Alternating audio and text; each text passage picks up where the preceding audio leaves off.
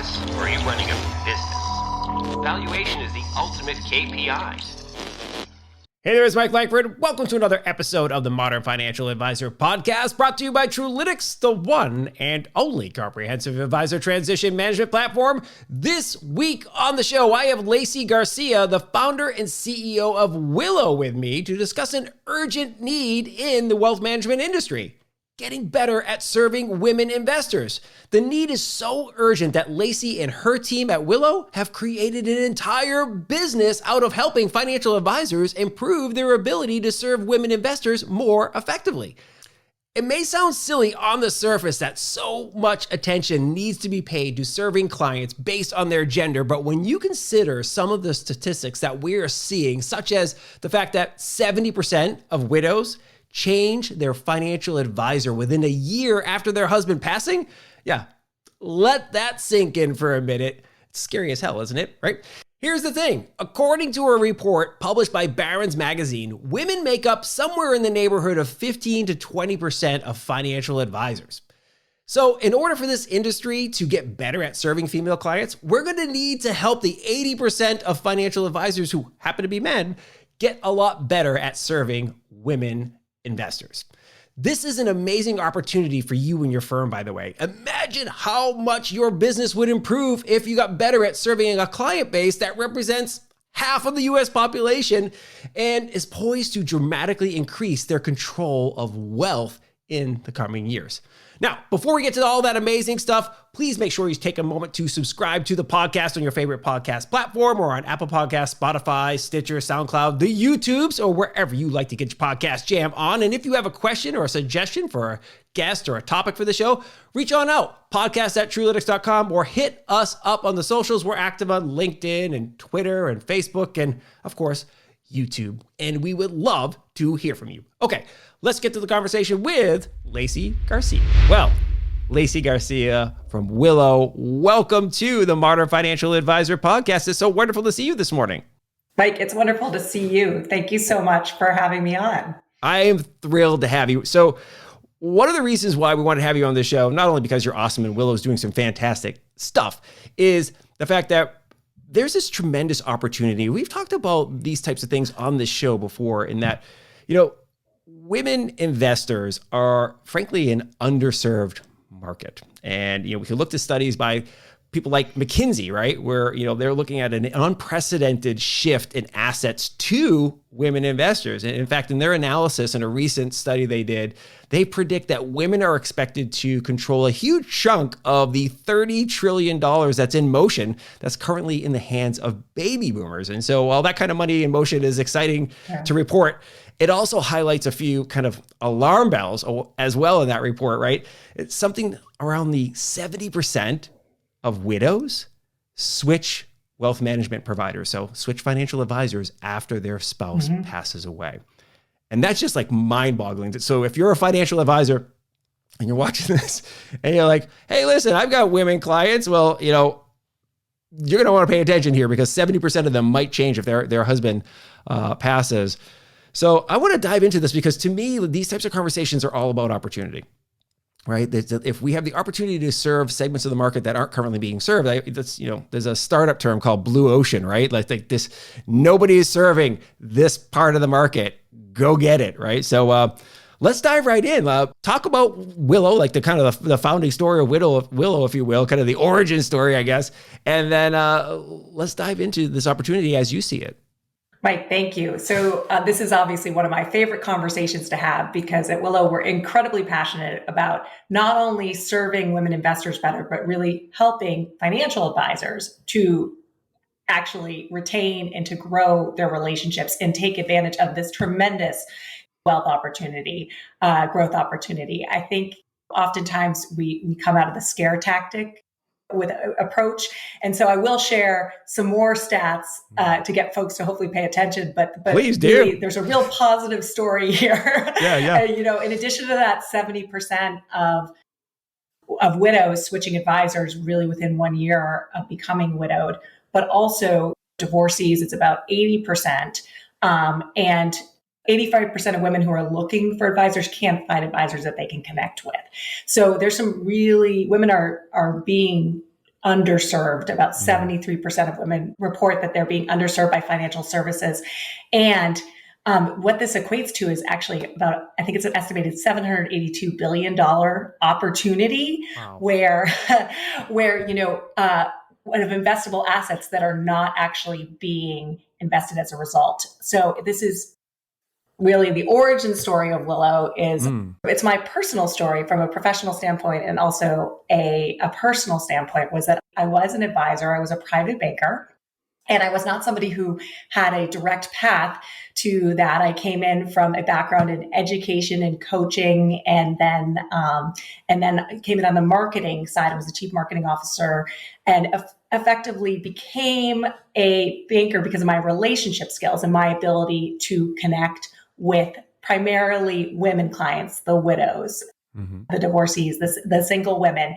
And part of that was because I am a woman, and we know that women tend to be about 5 times more likely to want to work with a woman investor, but was really about integrating kind of coaching and being able to really connect with these women on a human level, right? And helping to understand what was really going on in their lives, and what it was, not just what their goals were from a financial standpoint, but really their life kind of challenges and goals and who they were, and really listening. But, I'm also the longstanding client of a male financial advisor who I have a tremendous relationship with, and he is fantastic. And I feel that way about so many other male advisors.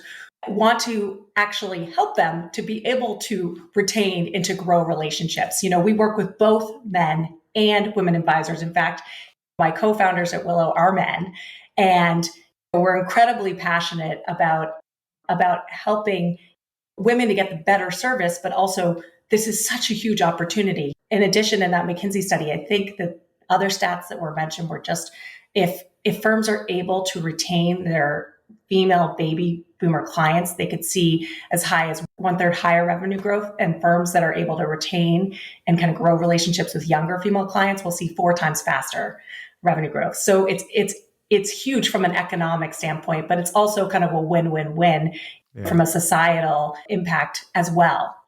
I love it. I love it. There's so many awesome things that you just mentioned there that I want to we could just have a whole podcast on some of the concepts you just brought up. Like one of them was, you mentioned that 50% of women, I think it was a number, 80% of women change advisors after divorce. And that kind of makes sense, right? Like, hey, this was our married financial advisor, and now I'm switching. And that could be a scary thing. If you're a financial advisor, hey, think of all your clients that are married. Probably most are, but guess what? 50% of marriages end in divorce. I think that's the statistic. So half of those, you might lose 80% of the ones if that end. That's a little nervous. And I know you mentioned you don't want to talk only about the negatives there, but sometimes I find you got to also talk about the defensive strategy. Like this makes sense for your current business, right? This isn't just a scenario where, hey, let's talk about this from a growth perspective. It's also like retaining clients is important. You want to make sure you keep them on board, right? So if you have a leaky bucket, you got a problem there. So make sure you pay attention to this podcast. I also love the fact that you talked about your advisor is a man, and men obviously already do serve women clients, and vice versa. Women can serve men as a financial advisor. So one of the favorite things I want to talk about here is how do we help the average financial advisor better serve women, right? So this is something, it's kind of a growth opportunity for them, right? To kind of stretch it out, because most financial advisors are men in their 50s and 60s. Yeah. And while we certainly do need a large infusion of women into this industry, that's going to take a lot of time, right? I've spoken at a lot of different advisory conferences, and it's like 90% dudes out there, right? Looking back at me from so even if also we flipped a switch and there was like, hey, 150,000 new financial advisors, they're all women. It's still going to take a little bit of time, right? And the men aren't going to evaporate. We don't want them to. This isn't about like, men, you all suck, get out of here type of conversation, right? So how do we help middle-aged dudes better serve women? What are some of the things that you talk about there with Willow and you help male financial advisors with? No, that's a great question. And I realize in part I tell a little bit of a personal story and then, specifically what we do is I mentioned that I was a client, but I was also a client who navigated a lot of the life journeys that we hear where assets change hands, right? These transitions, moments in time. So I personally navigated everything from fertility challenges to becoming the sole provider and then getting divorced and single parenting, co-parenting, having a mother with cancer. And while I had a really great relationship with my male financial advisor, I didn't actually talk to him about any of this. And while I was somebody who was coming from a financial background, I still needed like life guidance and support that was very connected to my finances as I was kind of understanding and making financial decisions. And I actually ended up getting a coach, and that's sort of the basis of the Willow model and how we support advisors through our Willow Financial Life Coaching Network. But kind of to directly answer your question, how can we help men to do a better job? For starters, if you're listening to this podcast, you've already taken the first step, right? If you're forward thinking, becoming a modern advisor is really understanding the fact that the clients of today / really tomorrow, they're not just your golfing buddies, right? Yep. They're the wives because they're outliving their husbands, an average of 16 years. And they're the daughters who are taking over the business, and they're the single women who either got divorced or who aren't getting married, but are becoming the CEO of companies. And they've got different life needs, right? And there's just, women obviously are not just one category. All women are unique. However, they do share some commonalities as we look at kind of different groups of women, whether they be a breadwinner or a non-financial spouse. Or a single run household. There obviously are differences with each one of those categories. However, what they kind of need is advice that's not just advice, but your financial advice, but the guidance that's really specific to their life journeys. And they're craving and really seeking that personal kind of connection and somebody who they feel like is understanding them, is empowering them, is not just telling them what to do, but is helping them to make better decisions. And so we start with helping on the practice management side, I'm just kind of helping to understand what the market opportunity is, really get to know each one of these different types of women clients, right? And what her concerns and her needs may be. And then also some things that maybe you're doing that you don't realize you're doing. I mean, I know so many well-intentioned, so many really great advisors who are incredibly well-intentioned, but who come to me and say, I have tried time and time again to build a relationship with the wife of my client, and she's just not engaging. And I invite her to the meetings and I just don't understand. But turns out that maybe he's not actually looking at her or or asking her questions. And we hear these stories and we're like, how could that really happen? But they happen all the time. And they happen, quite frankly, with great advisors who are great fiduciaries who do care, but there's just having that best intentions doesn't always mean the best execution, Well, one thing you just mentioned there that is worth considering adjusting your mindset and the language is, it's not the wife of your client. She is your client. They are a couple, they are a pair, they are a team in that relationship, right? And so part of the reason why we likely see 70% of women change advisors after death, so when they become a widow, is because they never felt like they were your client. They felt like they were the wife of your client, right? That they were somehow a dependent level, kind of like you were one of the members of the financial plan, but you're not part of the actual plan. You hit it. That's exactly it. There's so much to, let's talk about some of the things that, if you don't mind, like some of the things, and I don't want you to give away your secret sauce. I'm sure some of this is in your coaching too. And if you want to just tell me, Mike, no, we're cutting this out. But what are some of the unique needs that, women have that the average advisor might not be thinking about in terms of the way that they want to be interacted with their financial advisor? So women are, when you speak about financial goals, they sort of want to think about them in terms of their life goals, right? Okay. More so. And some of the unique needs that they might have are, if they have children, they want you to kind of understand that they have children and that they need to be thinking about their child's education or how they want to be transitioning assets to them and how they should be having conversations with them and how they should be supporting their aging parents. Also, I think if they're running a business and on the career side, there's a lot of, if you don't ask questions, you don't necessarily know what they're doing, but there's a lot of ways in which advisors can be incredibly helpful to women entrepreneurs and also to women who are climbing the career ladder or taking time away and trying to think through like the financial implications of that, because we know so many women, one way in which women are different is they tend to be the caregivers and they tend to take time out of the workforce for raising children or caring for parents or a spouse. And obviously there's incredible implications not only on kind of their retirement funds, but there's other nuances there that they want you to kind of understand and ask them questions and really get to know them on that personal level. Yeah. And I think that's kind of a beginning. So it's beginning by asking questions and listening, right? That's one. And it might sound, obviously that sounds like common sense. But what we see, and we work with advisors all the time, is that it's not common practice. Yeah. Yeah. It's really interesting. I love that you talked about many women on their career track may take some time out for child raising, right? So they're going to have kids. They might decide I'm coming out of the workforce for a few years while my kids are little.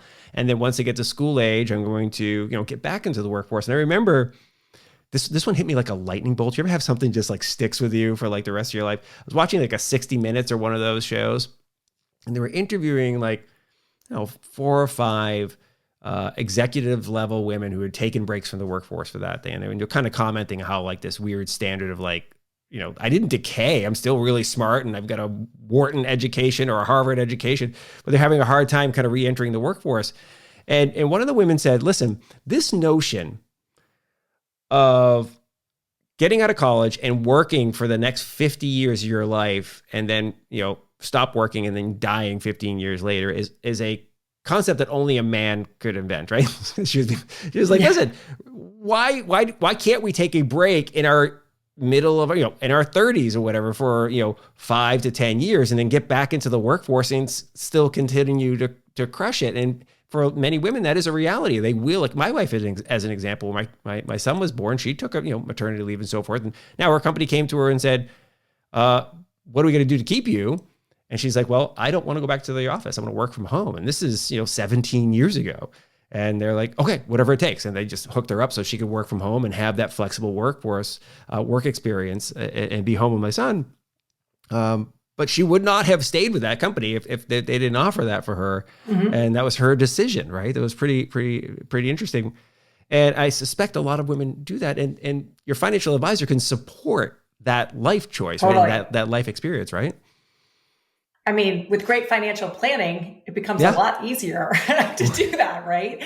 I mean, think about it with your younger female clients. If you're asking those questions and helping them to invest the right way, start early, it becomes financially not only viable, but much easier to do that, right? And so that's a great example of where you can play a role, right? By really kind of asking those questions about not just what she's looking for right now, but in the longer term planning, really thinking about it from what the unique needs of women might be over the course of their career and over the course of their lifetime. That's right. I think it's such a smart conversation to have.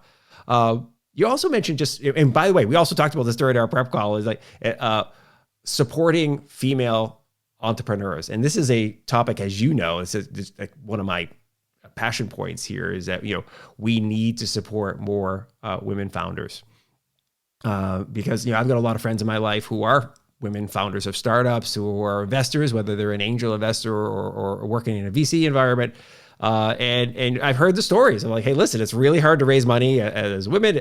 It's often hard to, obviously for all the challenges that in a regular career to be a woman as a founder, but a financial advisor can play a really important role here for women who are what we consider the classic startup entrepreneur, right? Who's going to be raising angel rounds and VC money and so forth, but also, just a traditional business, a woman who might want to start a restaurant or some other business that's not going to require venture capital, but it's going to be a startup nonetheless. What roles can the financial advisor play in helping and in supporting women entrepreneurs? Well, this is one of my favorite topics as an entrepreneur. Wow, it's a big surprise. There's a tremendous opportunity where financial advisors can play a pivotal role here, right? So for starters, just looking at the face of entrepreneurship and women entrepreneurship today is that 50 years ago, women couldn't even open their own credit card, and now 12.3 million businesses in the US alone are owned by women, and women are starting businesses in droves. The latest data was, I think, 1,891 businesses per day, and that's outdated data now. So we know, and it's not just, I could go through all the exciting statistics on the venture side and what we saw last year. It was a big, big year for women, with Whitney taking Bumble public and, Rent the Runway, first company to go public with a woman as a CEO, COO, and CFO, and over $25 billion in venture funding actually went to women-led businesses last year. But what's crazy is that actually even though that's the highest amount, the percentage going to women-led businesses has actually come down. Oh and so hold on to that, because there's also a really growing trend of women, not, as you mentioned, women who are starting what we call solopreneurship businesses. So the solopreneur, where they're starting, whether it's a marketing company or whatever the business is that they're starting from their home. And this is a growing trend, or a side hustle or sidepreneurial businesses that are still in their main career.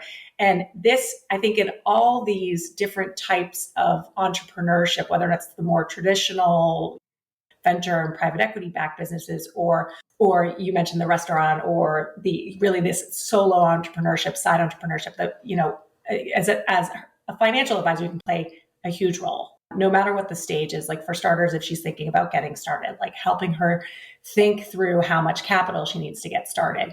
But I think what's important is also, as an advisor, you are an entrepreneur yourself, right? Yeah. You are a proven kind of successful entrepreneur, and you've had your own experience.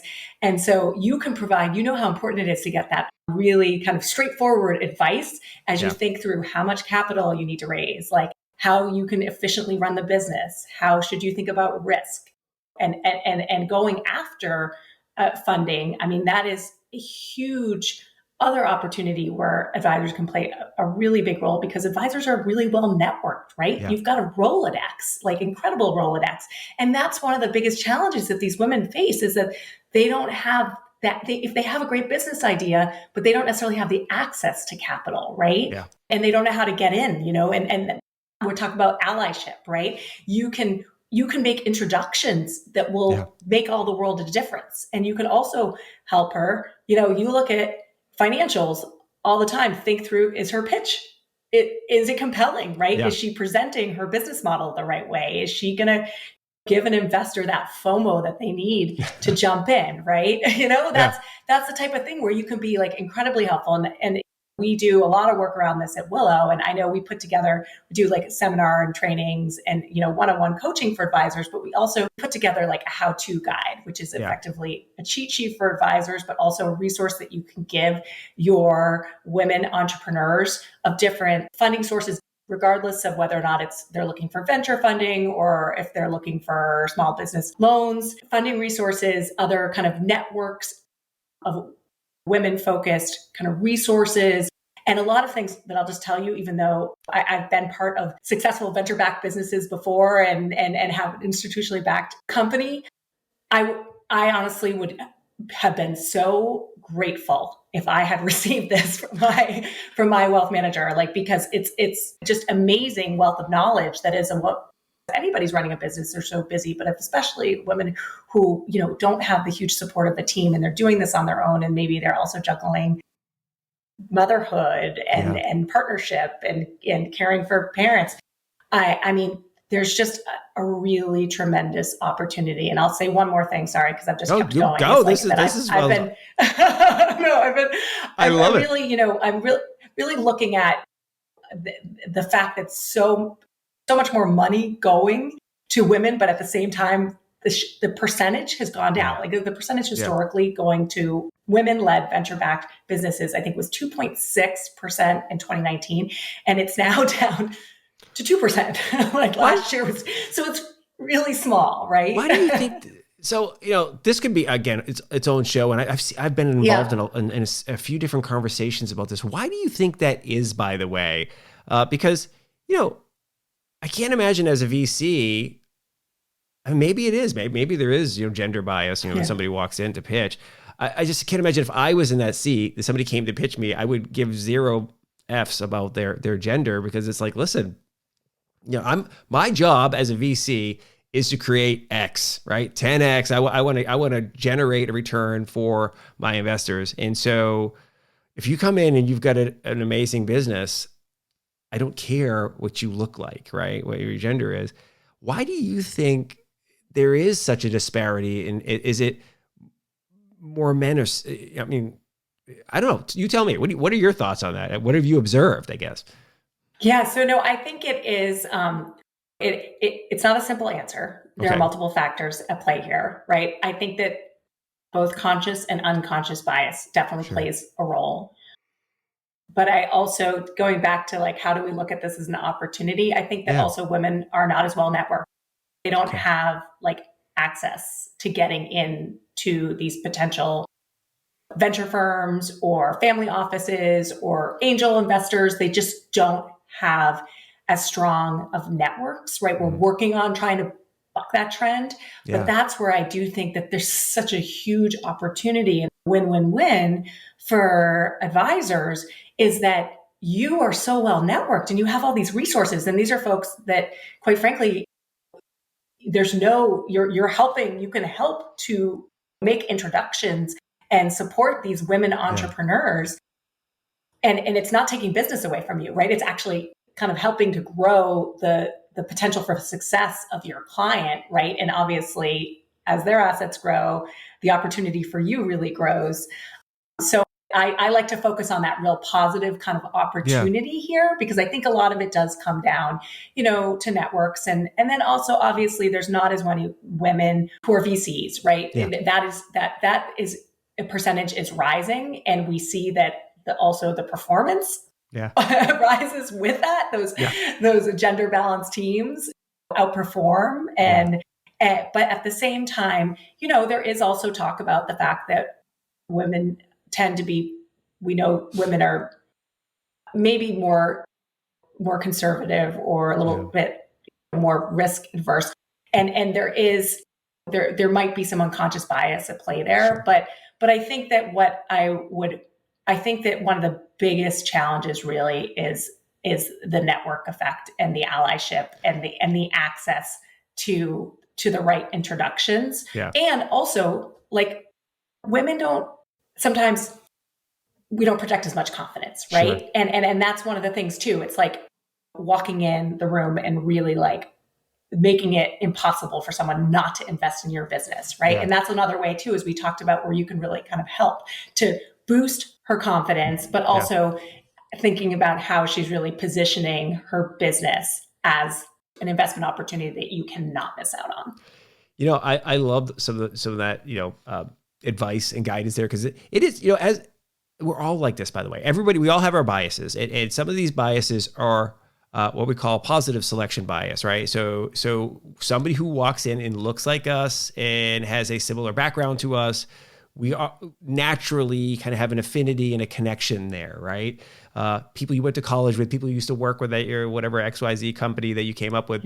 There's a natural connection. And that's one of the reasons why we have to work hard in a workplace to make the workplace diverse, because if you left your big co and you had a bunch of coworkers and you're starting your new company, you're probably going to recruit from this circle of folks that you just knew it. And it wasn't like you're implicitly like, hey, I'm not hiring women. Hey, I'm not bringing on people of color or whatever. You're not thinking evil thoughts. You're just thinking, these are people I know, and I've already had experience, and they, great, let's do this. And at a certain point in time, you have to go, hey, you know what we probably should start getting a little more serious about is let's get some diversity in here, diversity of gender, diversity of ethnicity and other background type things so that we can be a more vibrant company.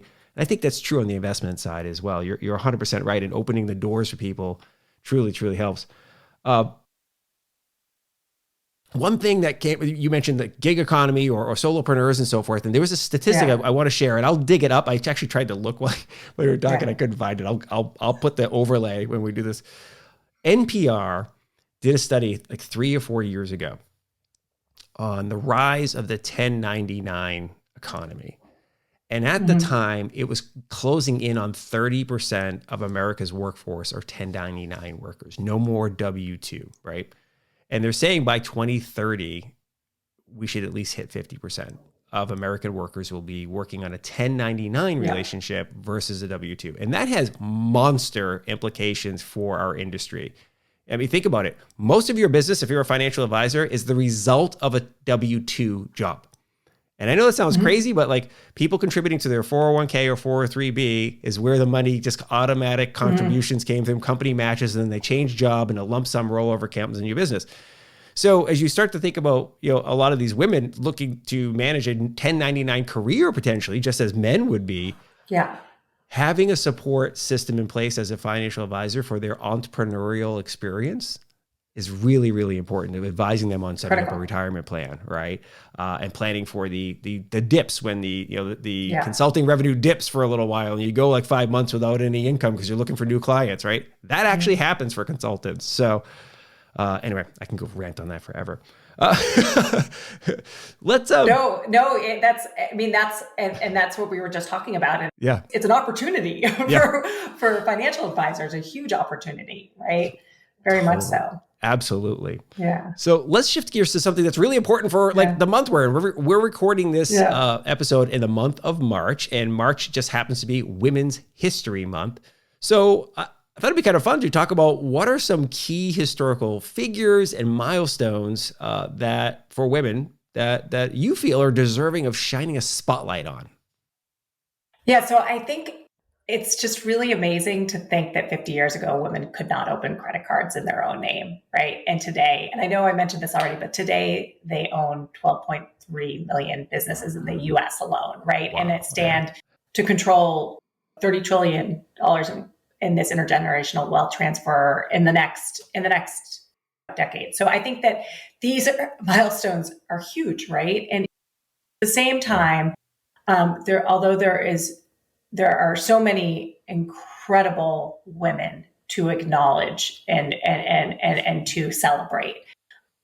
I also think that it's a big opportunity to also look at the glass ceilings that still need to be shattered, right?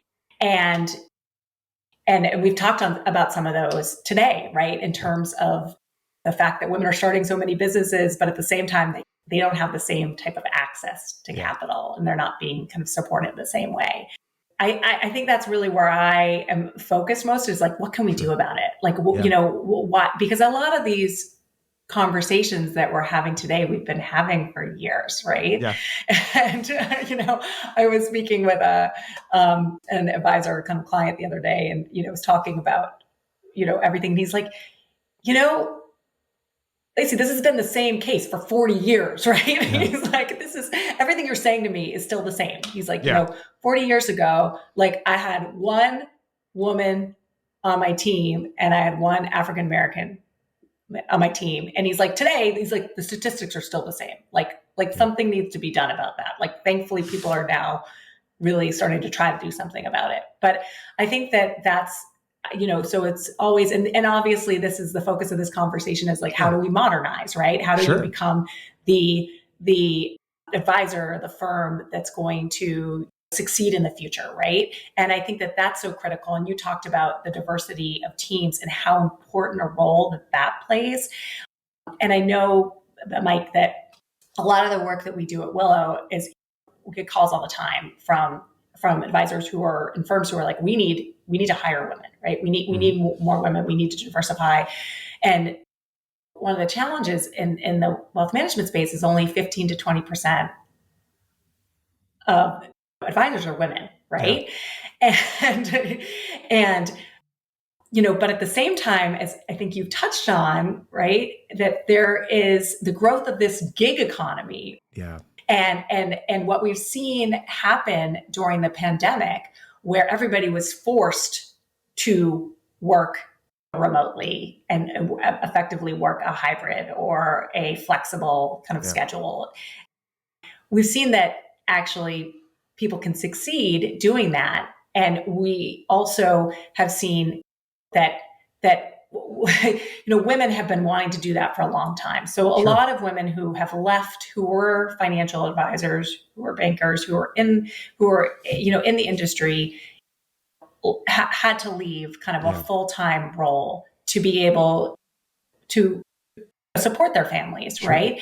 But it doesn't make them any less relevant. In fact, it makes them actually have real life experience, which is what makes them actually better able to connect with the widows and the divorcing women and the mothers and the women who are going through fertility challenges, because guess what? They've been through that experience, right? Yeah. They have that personal kind of life journey experience. And so that's one of the things we're really passionate about. And what we're doing is obviously we want to see there be more gender parity in the industry and to have more women who stay and who rise in the ranks. We have to take a lot of proactive measures, and I've got a lot of thoughts on how you could do that. Just alone, first of all, post those your job descriptions on LinkedIn. Don't just send them around to the network of everybody on your team who already looks the same, right? That's just like one little tidbit. But also through our financial life coaching network is all kind of really experienced, primarily women who have the financial background, but who also have this diversity of real life experience, who can come and be part of your team. Sure. Who can coach you, but who can also help you to serve your clients, to bring in that personalized life journey guidance, which we hear more and more so that is what women are looking for and what they need and what's been lacking with their relationship with their financial advisor or financial firm. I love the fact you talked about like recruiting, bringing on more women onto the team, and you kind of connected it a little bit to, at least this is what I heard. My brain heard a connective tissue between, the rise of the gig economy. A lot of women who are, doing jobs in part because technology has enabled them to do these new jobs. Whereas before, they would have had to do it like my mom did when I was a kid. Like she needed a job. She had to wait till my dad got home from work.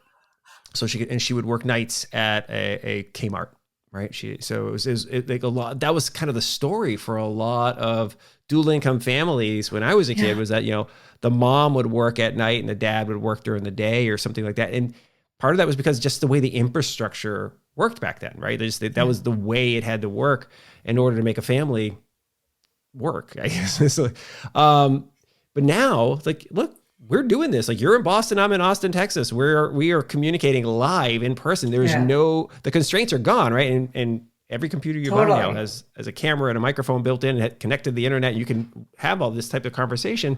There's no reason why you shouldn't be recruiting women advisors who could live anywhere and can work different hours, right? So their clients might be, hey, look, I need mom's hours, meaning like I'm not going to be at my desk at 9 o'clock. I'm getting my kids to school and so forth, but I might work in the evening after I get the kids to bed. And by the way, my clients don't mind when we're chatting at 9 o'clock at night and both having a glass of wine on screen or something like that. So it's really kind of changing the mindset and thinking about how you're going to build your business in the future. And Mike, that's a big one. What you just hit on is that our coaches work flexible kind of off hours, right? They're available because a lot of women, if they're working and they're taking care of children, then they need an early morning or a late or in the evening or a weekend call, right? That's when it's the best time. So yes, everything you hit on is obviously being no longer being constrained geographically to a physical space. I mean, obviously we look at advisors and licensing, you need to take care of all that, but that ability to connect virtually, it actually is something that when we first launched Willow, we had planned to be virtual, and it was prior to the pandemic. And everybody was like, a lot of advisors were looking at me like, my client doesn't want to meet with you on video, or like, what do you, and obviously we've seen, but I knew that worked actually better for like a lot of women, right? That was the way that they could fit in getting the guidance that they need. And I think if you look at all the data, we see that not only the hyper personalization, but the continuous kind of on demand service and the kind of the digital efficiencies that are being made are what is being demanded and looked for. And not only does it resonate with women, but I think more broadly, like as we move forward. And so to your point, like, I mean, there is this kind of not only the clients of today, and really the face of our clients tomorrow, we also have to serve them differently, right? And we all got forced into living that a bit during the pandemic, but there's a lot of these things that have happened that it's not going to be like going back to the way it was before. It's going to be kind of a hybrid moving forward. Yeah. And by the way, it should be a hybrid, right? I mean, the war for talent is real, right? You want high quality people working on your team, and you shouldn't care where they live. You shouldn't care what they look like, what their gender is. And you should be flexible and say like, hey, listen, this is what works better for this person, right? They don't, 9 to 5 is an arbitrary concept. Yeah. It just is. Somebody made that up at one point in time, right? That, hey, 9 to 5 is when we work here at the office. Well, your clients, they work 9 to 5. So do you want to only have office hours 9 to 5 and force them to stop working to generate the wealth that you manage so they can come visit you? No, that doesn't make any sense, right? Just be flexible, right? So, this all kind of like makes me think about the future, right? We've kind of just already touching on this a little bit. So, the future is going to be pretty fascinating, right? I mean, one amazing statistic that I just saw recently was that 60% of today's college students are women. Mm-hmm. Now, the story was in the New York Times, and it was kind of like raising alarm bells, like, what's wrong with young men? Why aren't they going to college? But I saw it a little differently, and so did my 17-year-old son. He's like, woohoo, 60. But like, see, again, my brain is always like, I see opportunity. I tend to be a positive thinker about the future. And so when I saw that, I'm like, oh, this is going to be a dramatic shift, right? Higher educated people tend to make more money. Higher educated people tend to wait longer to have children and start their families because they want to get their careers going and all this type of stuff. This has the potential to be a kind of a seismic shift for our economy and our society. What are some of the big shifts that you and your team at Willow are thinking about, and developments that you expect to be coming in the years, call it the next decade or so? What are you seeing, like, beyond the college thing? Like, what are you guys looking at?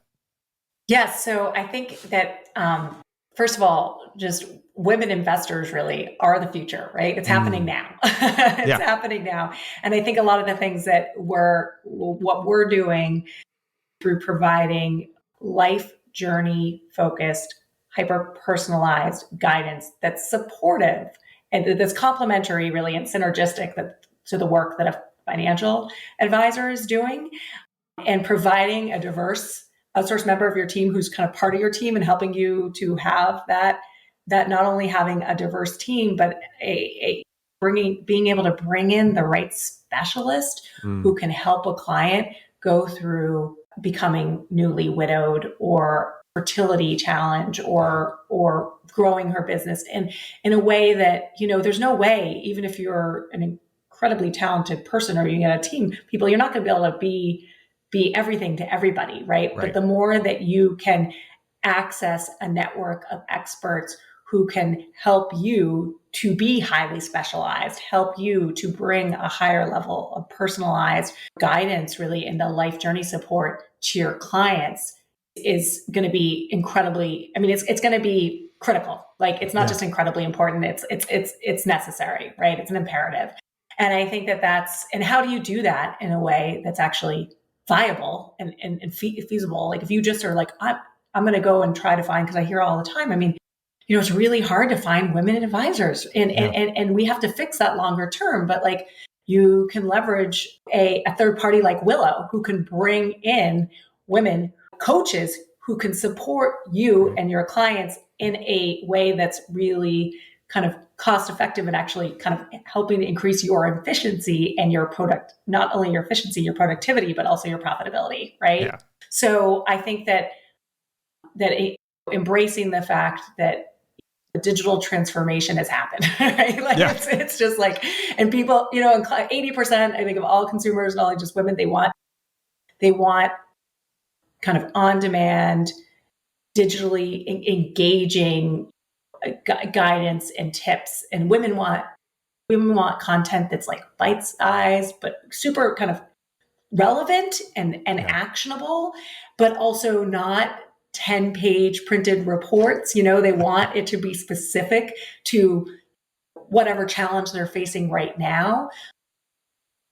And so, these are the types of things that we're obviously focused on delivering. We're focused on being able to provide this platform that can help financial advisors and firms as they look toward the future to become that firm or that kind of advisor who's going to succeed not only today, but succeed really in the future. And obviously, we're super excited about partnering with Truelytics, as you all are really transition for advisors and succession planning, and sort of how do you make sure as you're transforming your business that you're also transforming to ensure that you are growing relationships with the clients that are going to really future-proof your business and ensure that you are succeeding in the future.